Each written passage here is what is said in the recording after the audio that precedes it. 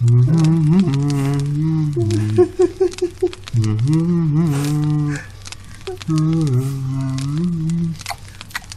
چه پسر؟ تو خیلی شیر خوشمزه‌ای داری. من یکی بعد زودتر از اینه کروتی می‌آوردم می‌خوردم.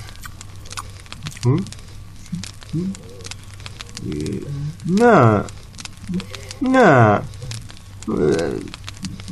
تو فکر کردیم از کریت میدم خودت بخوری؟ سخت در اشتباه رفیق.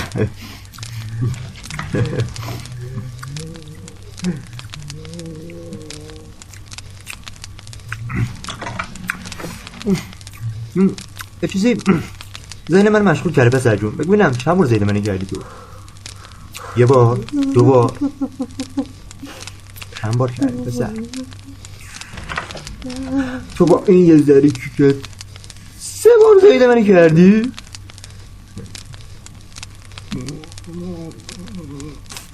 عجب گیر مصبی هستی.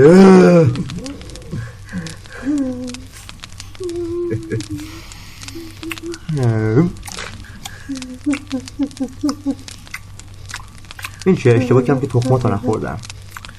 آخه این چه تو تخم اندازه گوجه سبز داشتی؟ نخواستم اول اونا رو بخورم، ولی خب من اول کیرتو خوردم، ولی قول میدم که فردا تخماتم بخورم. نظر خودت چیه؟ کسننه. چی؟ کسننه چی؟ نشنیدم، یه بار دیگه تکرار کن. گفتم کسننه. خیلی دیگه بهت رو دادم ها، ولی شت خندیدم. تو زید منو کردی و به ننم فوش میدی؟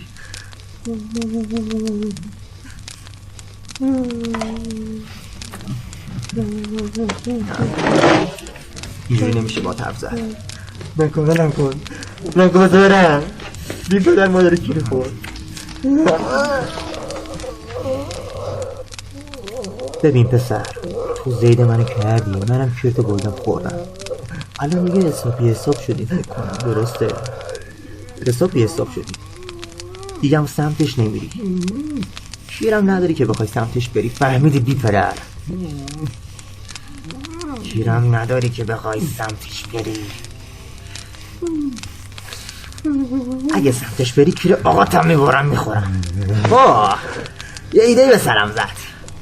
بگو بینم، اینو تکرار کن. بگو ننم جنده است. ننم جنده است. گفتم بگو ننم جنده است. ننه خودت جنده است، مادر جنده کونی.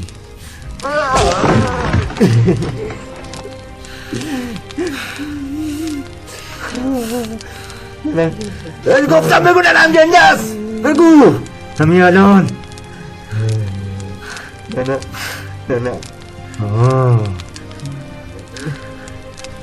ننم جنده است. ننم جنده است. این درستشه.